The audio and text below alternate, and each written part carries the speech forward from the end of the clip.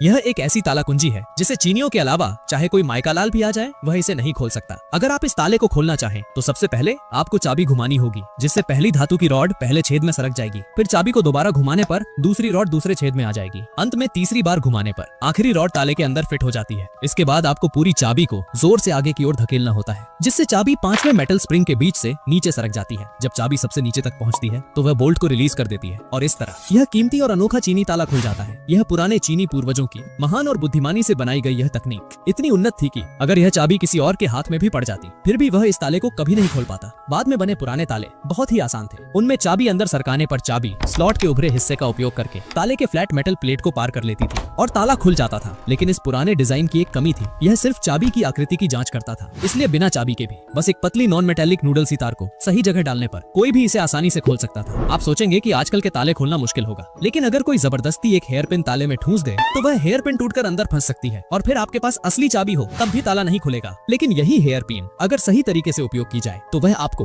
करोड़ों का लॉकर खोलने में भी मदद कर सकती है। सबसे पहले हेयर पिन को सीधा करके एक पतली मेटल स्ट्रिप बना लें। फिर उसके पीछे लगे रबर टिप को हटाएं। एक सिरा चाबी के छेद की दिशा में रखकर दूसरे सिरे को पकड़ने लायक हैंडल में मोड़ लें। अब दूसरी हेयर पिन लें और उसे सीधे 90 डिग्री मोड़ें। इससे आपका लीवर टूल तैयार हो जाएगा। अंत में लीवर को ताले के नीचे वाले हिस्से में डालें। हल्का दबाव देते हुए पहली हेयर पिन से एक एक करके सभी पिन्स को ऊपर उठाएं। जैसे ही सभी पिन ऊपर लॉक हो जाएं, ताला आखिरकार धीरे धीरे घूमकर खुल जाएगा।